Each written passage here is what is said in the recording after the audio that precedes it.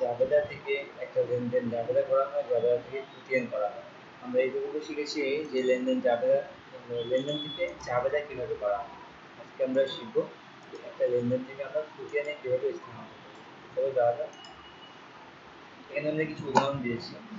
জাবেদা থেকে খতিয়ানে স্থানান্তর, নগদ 10,000 টাকা নিয়ে ব্যবসা আরম্ভ করা, তারপরে হচ্ছে আগরবাচ্য ক্রয়, পণ্য ক্রয়, পণ্য বিক্রয়, ব্যাংকে দেওয়া।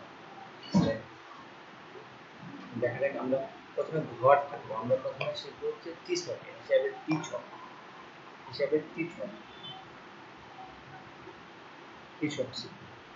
তারপরে চলমান যে ছকে আর উদাহরণ দেবো, এতে অথবা অনেকটা খতিয়ান সম্পর্কে ধারণা পাওয়া যাবে। প্রথমে আমরা একটা টি ছক আঁকায় নেবো। টি ছক কিভাবে আঁকতে হয় আমরা একটু করে দেখে নিয়েছি। নাম দিয়ে দিই, এটা হচ্ছে তারিখ, এটা কি বিবরণ,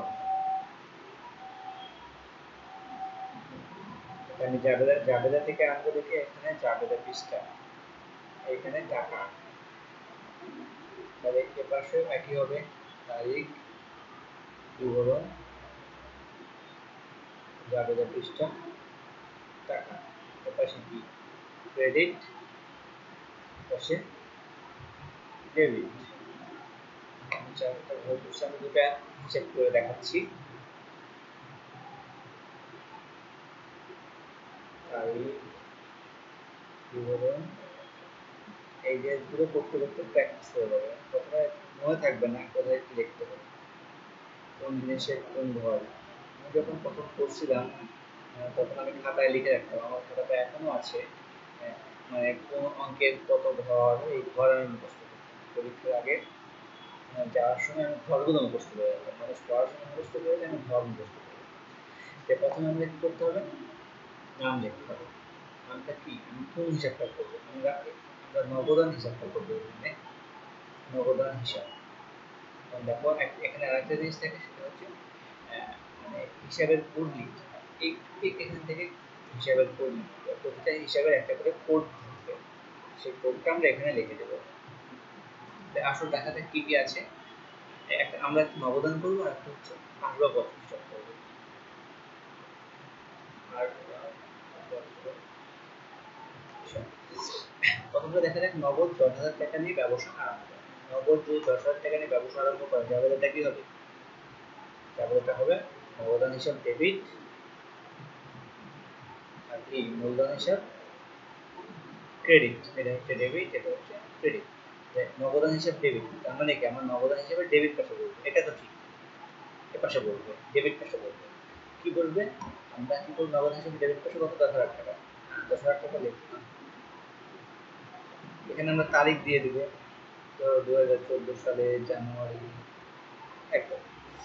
কিন্তু এখানে কি লিখবো, এখানে কি লিখবো সেটা হচ্ছে ঠিক অপোজিটটা লিখবো। যেটা ডেবিট, ডেবিট হলে আমি ক্রেডিটটা লিখবো, ক্রেডিট হলে আমি ডেবিট লিখবো। তাহলে এখানে কি হবে, মূলধন হিসাব হবে। এই জিনিসটা কিন্তু আমরা বারবার প্রথম দিকে ভুল করবো, আমরা এখানে মূলধন হিসাব করবো, ঠিক অপোজিটটা লিখবো। মূলধন হিসেবে গিয়ে আমরা কি এই জায়গাতে নগদ হিসাব করবো, এটা কথা মনে রাখবো। তারপর কি আসবাবপত্র ক্রয়, যে 20,000 টাকা, তাহলে আসবাবপত্র হিসাব ডেবিট, নগদান হিসাব ক্রেডিট। এটা যাবে তাই আসতেছে, তাই না? আসবাবপত্র হিসাব ডেবিট টু নগদান। এখন আসবাবপত্র হিসেবে ডেবিট পাশে চলে যায়, তাহলে আমরা আসবাবপত্র 20,000 টাকা, আসবাবপত্র হিসেবে ডেবিট পাস, এই যে ডেবিট পাস 20,000 টাকা লিখে দিলাম। ধরো এটা 2 তারিখ, তাহলে বিপরীত হিসাব কি হবে, নগদান হিসাব। বিবরণের ঘরে আমরা নগদান হিসাব লিখবো।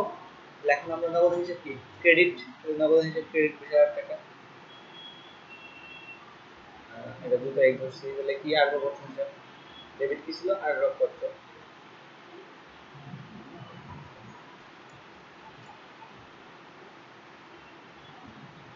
এভাবে আমরা প্রত্যেকটা হিসাব করবো। তারপরে দেখি কি আছে, পণ্য ক্রয় 10,000 টাকা, ক্রয় হিসাব ডেবিট, নগদান হিসাব ক্রেডিট। আমরা নগদান করে লিখি 3 নম্বর, তাহলে ক্রয় ছিল এটা 30,000 টাকা, প্রথমে টাকা লিখবো, তারপরে ক্রেডিট ছিল ক্রয়।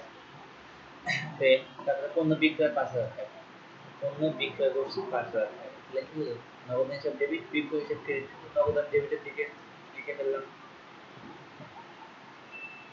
কি হিসাব ছিল, বিপরীত হিসাব কি, বিক্রয় হিসাব। তারপরে কি আছে, ব্যাংক জমা 2000 টাকা। আমরা ব্যাংক জমা 2000 টাকা করছি, তাহলে ব্যাংক জমা 2000 টাকা হলে যাবে দেখতে হবে ব্যাংক হিসাব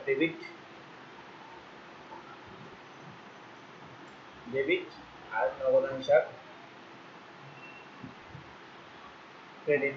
আমরা শুধু নগদান হিসাবটা বলছি, তাহলে নগদান হিসাব কি হবে, ক্রেডিট কম 2000 টাকা, নগদান হিসাব ক্রেডিট 2000 টাকা। ইয়া কি ছিল, ব্যাংক হিসাব। ডেবিট কি ছিল, ব্যাংক। ঠিক অপোজিট হিসাবটা, বিপরীত হিসাবটা আমরা এখানে লিখব।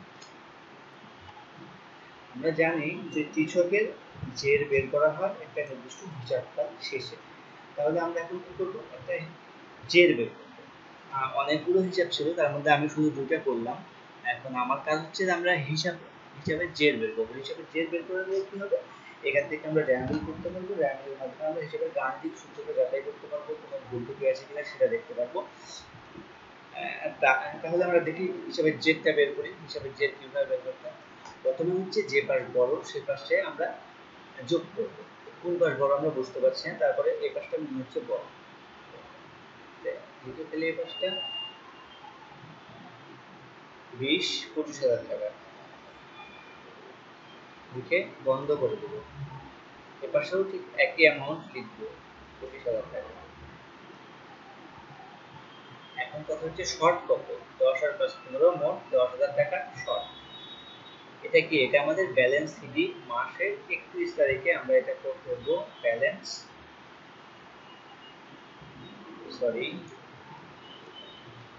Balance CD.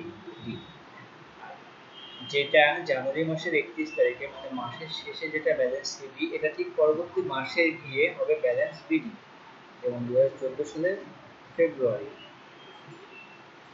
1 তারিখ এটা হয়ে যাবে ব্যালেন্স বিডি। আমরা ওই যে প্রারম্ভিক দাখিলা করছিলাম ঠিক একই জিনিস, এক মাসের হিসাব আর এক মাসে নিয়ে যাচ্ছি আমরা, তাই ব্যালেন্স বিডি হিসেবে করতেছি। এই টাকাটা বসাবো, এখানে বসিয়ে দেবো। এভাবে আমরা মূলত ব্যালেন্স বের করবো। এটার ব্যালেন্স বের করি, পাশে বেশি আছে অ্যাজ ইউজুয়াল 20,000 টাকা। এপাশে কিচ্ছু নাই, দরকার নাই, জানুয়ারি 31 তারিখ দিয়ে ব্যালেন্স। প্রথমে 20,000 টাকা দুই পাশে লিখবো, এপাশে কিছু না, এখানেও 20,000 টাকা নেব। এটা কি আমার ব্যালেন্স সিডি। এটা যে জানুয়ারি মাসে মাস শেষে যেটা ব্যালেন্স সিডি, সেটা পরবর্তী মাসের ব্যালেন্স বিডি।